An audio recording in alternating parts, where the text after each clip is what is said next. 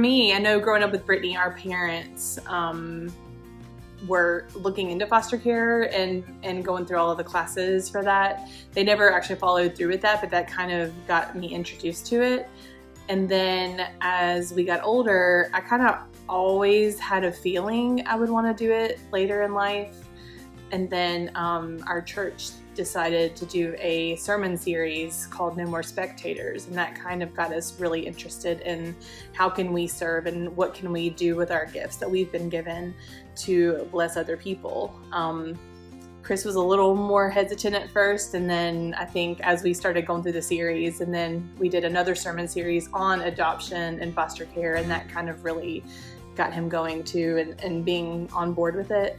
But really you guys were a big catalyst, and just being involved with loving on K-Man and having him as a part of our family. And we were just so enamored with him and loved that, and just seeing the growth that he made. And I feel like that kind of really started the conversation for us wanting to do that. Do you have anything to add? Yeah, I think that the only thing I would add is, not to make this too political, but I kind of had a wake-up call talking to one of my friends.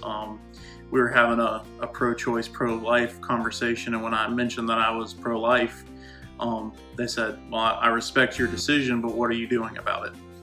And it really kind of woke me up to, the idea that you hear people say that pro-life people only care about babies while they're in the womb. They don't want to do anything once they're out.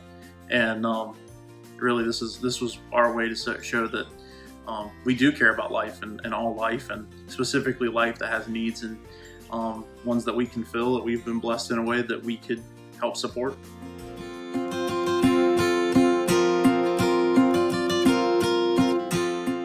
The process started back in, I want to say, August or September, when Chris and I decided that we wanted to actually pursue this. And I started just doing some research and finding agencies around us. And within a matter of like a week, I heard 2 people recommend the Children's Home Society to us. And they had a hub in Winston. And I think that was one of the reasons we were drawn to that. But once we did that, we started an application online. And once we got into the application and got that started, it was just it just rolled from there.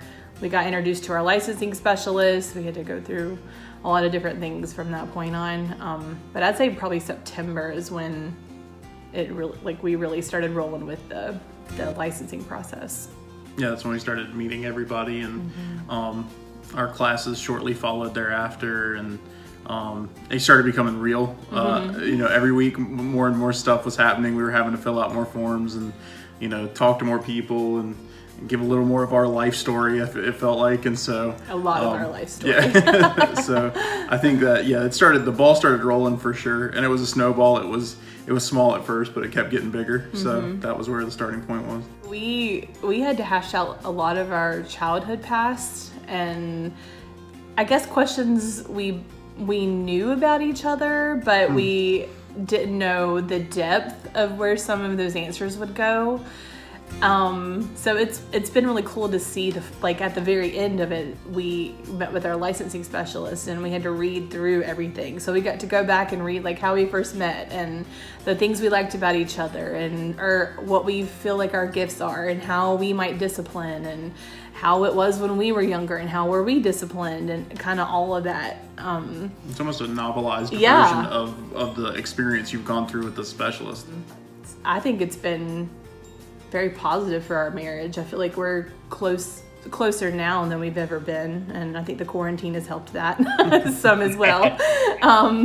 We've been spending a lot of time together, but it's been fun to work on projects and get stuff done in the house, and brainstorm what we want, how we envision things happening once a child is in the home, and it's been a very positive experience to this point.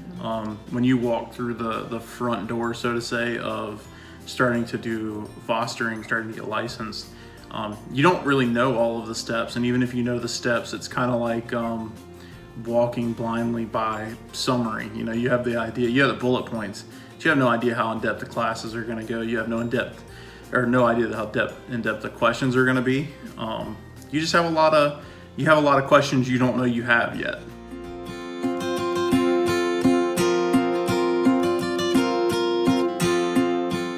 I think some misconceptions that I had at first was I guess I envisioned a child coming into foster care and had already had parents' rights terminated. Like the parents had already had their rights terminated, and it was just the whole point is going from foster care to adoption. Like that's the trajectory for this child, and it turns out that's not the case at all. Like a big component of foster care is reunification, and that was really eye-opening. Like how much they really want you to co-parent. We also learned a lot of other reasons for why children do go into foster care, and there's tons of them.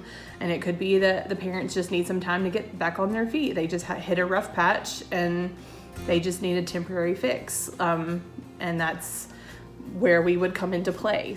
Yeah, I think that they did a very good job explaining to us that if our goal is to be the middle point for a child to adoption, that is not necessarily the right goal. Mm-hmm. It may be the ultimate outcome, but it may not be. It's not the right posture to take with the process. And that not only are we are one big team when all this happens. Mm-hmm. We're one big team for the child, but we're also one big team for the biological family.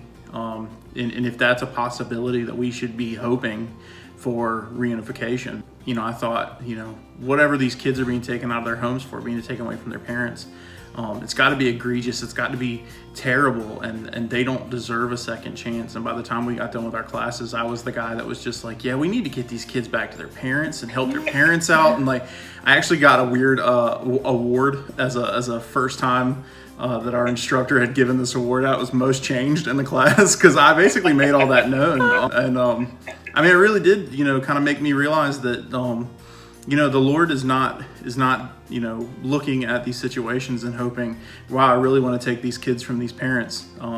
He's blessed them. He's blessed these parents with these children for a reason, and that we are here just as a couple, hoping and fighting with these kids to reunify them if possible, but if not, to be that safe place for them to be in transition to what's a better situation for them ultimately.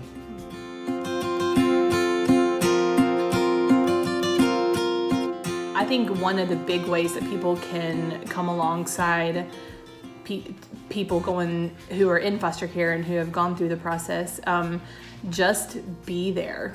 I mean, honestly, it's being there, and it's so practical.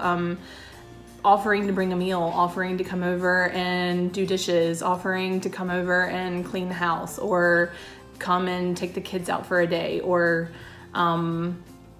be in prayer. I mean, there's so many different things that people can do, and I don't know if it's our church's mission statement, or when it comes to this, not mission statement, but a statement that they use is, not everyone can foster, but everyone can help.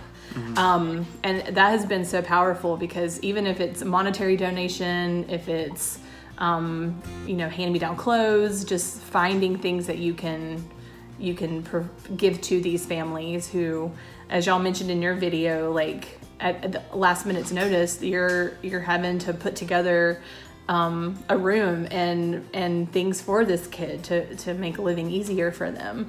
These are donations that are being given away to people who really need them, mm-hmm. And need them in a hurry. We are fostering potentially birth to 7. And so the stuff we need looks very different depending on what age that mm-hmm. looks like.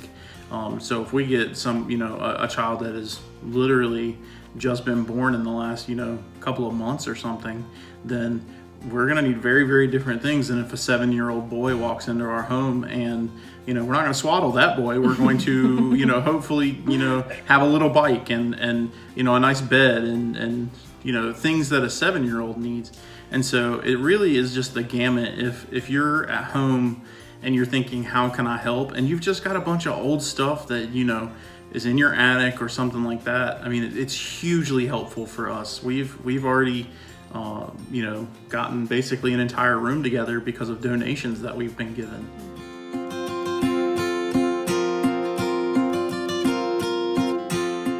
My thought would be, as the person who was probably least accepting of the idea in the beginning. Get into the process. There's at no point in time where you can't back out if you need to. You learn more by going through the process, and it is time intensive. It's emotionally intensive, but ultimately it's for your own good. And even if you just want to foster to do things like respite, which is just, they have to go out of town and there's legal reasons that they can't take their foster child with them. They need people who are qualified and approved to take on those children. And those respite homes are really, really important. And so, if you just want to kind of dip your toe in the pool, that's a great way to do it. There's an amount you can give effectively of yourself, from just a little to full on. I'll take any kid, anytime, as many kids as you'll give me. There's people all the way in between in all that range. And I think it's, I think if you're wanting to be a part of it, then there is a place for you and however you want to be involved. You can always go through the class and go through the process and just and decide from there. But at least you would be licensed to do so. You don't have to accept the first kid you get. If you realize you go through the whole process and it's not going to be a good fit for you, then you can make that determination. But they need good families. They need good families. They need loving families. And we hear a lot from people that they don't know how they could do it. And, welcoming a kid, loving on a kid, and then having to see that kid go. And you guys know firsthand how painful it is, but the benefits of that, and to know that you have been the blessing to them in that time, and that you could have been that moment that has shifted for them, that could have shifted them in a more positive direction. There's just such a really big need. We have no more qualifications than our neighbors or somebody down the road. We're not any more qualified to take on a foster kid. In fact, we've never been parents. And so, we're going to learn how to parent from whatever stage child walks into our home and we accept. And, we're going to jump off from that platform, and you can do the same. I think that it's a huge ask to be willing to do something like that. But we're in a place, I think, that our world needs people who are willing to sacrifice for the next generation. And I think that this is a huge way to do so. It very well, with the right people involved, can change the shape of our world in the next 50, 100 years. One is a very tangible way to be the hands and feet of Jesus. Right. It really, really is. It's a great way to love and share the love of Jesus with the child, with the birth family, with anybody that you're involved in. They can see, the love of Christ through us in that. The one thing that our pastor said in our sermon series on adoption and fostering was, Jesus has adopted all of us, and so how could adoption and fostering not be the same as Jesus did for us? So.